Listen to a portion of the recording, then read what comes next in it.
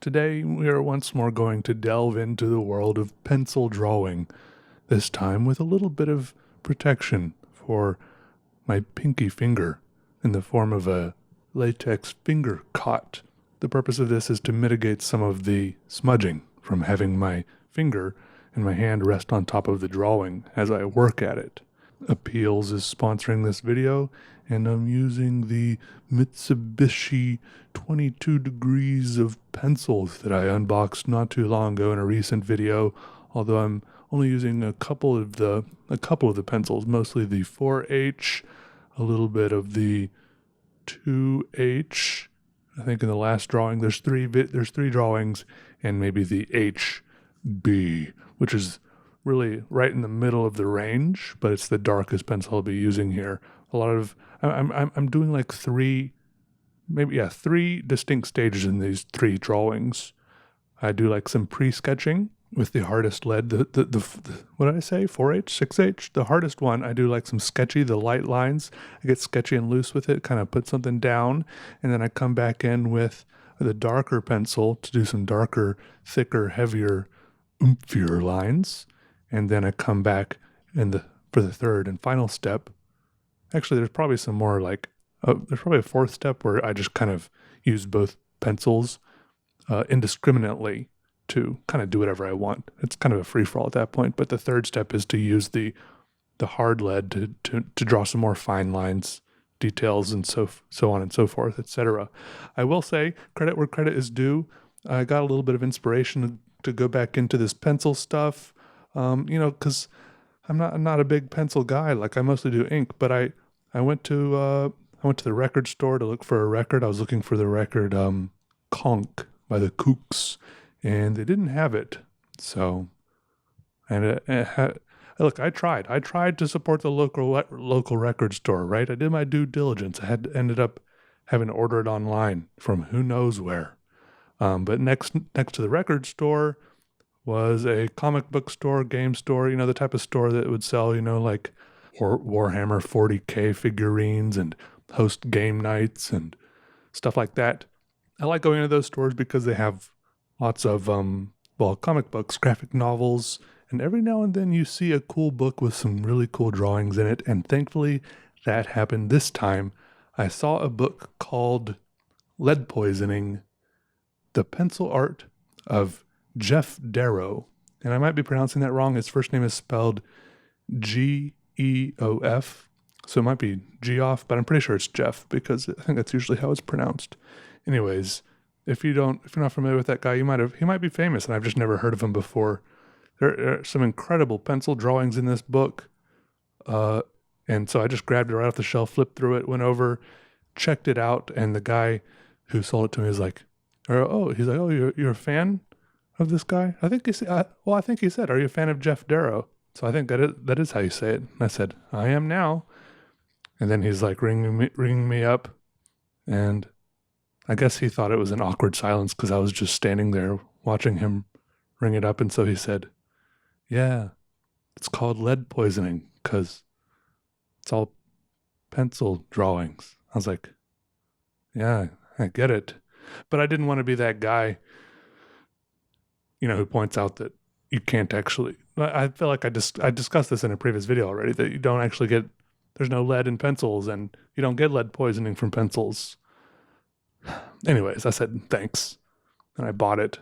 I just bought it and left. I've been flipping through it. I haven't looked at all of it yet. It's a nice book. But it's one of those things where I get a little hesitant because it inspired me. It's just enough to get me going, to get my pencil moving, right? I'm afraid, I'm flipping through it right now while I'm talking to you.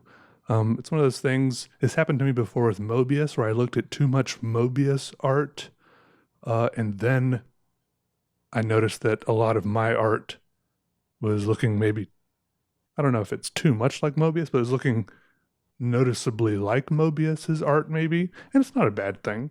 It's just personally, I just kind of want to do my own thing, I guess. Work on doing my own style or something. I don't know. But I just know that if I look at these drawings too much, that's the kind of thing that will fill my head, right? And so that's what will come out on the paper. I just wanted to look at it just enough to get my pencil started moving on the paper. And that's what happened. So I'm thankful for that. These are really cool drawings. I know I already said that like 10 times, but it just feels like a good addition to my bookshelf. I have some cool art books on there that I'm pretty proud of. I like my collection so far. Oh, also, a little update on the art contest. I'm running with appeals. Voting on all of those amazing submissions that you all have made has now officially closed. And next week, July 14th, the winners will be announced. Look at all these crazy, amazing pieces. These are just a few of the things that people have submitted. In fact, I'm blown away by the variety, the talent, the general incredibleness. So good job and well done, everyone that has participated. Also remember that you can go online and create your own appeals with your own artwork out of any of their available products. Just upload it, customize it, situate it, resize it. You can add like text and everything on there with their little customizer. Click the link right there in the description and make sure you use the promotion code FREEDOM right now for all phone appeals for 15% off. Go make you one, get you one, stick it, remove it, reuse it. And look into joining the creator program as well to earn commission on your art through appeals. What else happened? I did take a couple of guitar lessons. I know I mentioned that. I took two guitar lessons from this new guy. I think that's all I'll do for now. He's a cool guy. I liked him. I saw him. I saw him perform somewhere locally. But here's the main problem. I hope he's not watching this video because it's not really his fault. Or I don't mean this as a personal criticism to him. But look, he has the highest rate of any guitar teacher I've had, and he's the third guitar teacher I've had, and it's $26 for 30 minutes, which is reasonable. Okay, I'm not complaining about the rate, but for that 30 minutes, I feel like I only get about 20 minutes of instruction. And even for that 20, and I mean that because his office, his little place where he gives his lessons is located far up in a building on like the third or fourth floor of a building. And it takes 5 minutes to get up there and 5 minutes to get down. And he has to come down and unlock the door to let you in. And that starts at the beginning of your lesson. And then he has to come down and let you out. That happens at the end of your lesson. So that's 5 minutes you lose on either end of the lesson. And he has to do that. And you might say, why doesn't he just, let you down why don't you leave the lesson place, the studio, the room at the end? Because he has to come down in order to get the next person. It's just a lot of, like you come in the door, go down one hallway, turn right, go down that hallway, go into an elevator, wait in the elevator as it functions to take you up 3 floors. Then you go down one hallway, turn right again, turn left, go straight, go up some stairs, left, up some other stairs through a door, then you go left again, and finally, eventually you get to his room. And I feel like I spent, I don't know, what is that, like $5 worth of walking through a building every time? Anyways, I guess it's normal to want to get your money's worth. It didn't feel like it. And I got a couple of good pieces of advice from him. Anyways, I'm not feeling super stuck or demotivated on the guitar right now. Anyways, that's usually when I like taking lessons, is when I feel stuck and I don't know what to do or what direction to take, or just don't feel like playing anything because I don't know what to do, right? Also, speaking of music, lately while I've been walking, I've been listening to audiobooks and audiobook lectures on various classical composers. I listened to one on Bach, Johann Sebastian, and now I'm listening to one about Beethoven. Pretty interesting. I'm still a little bit difficult for me to listen to actual classical music. I know that makes me sound like a real Philistine, but it's nice to listen to classical music. I like it, but I feel like everyone says this, but it still just does make me sleepy to a certain extent.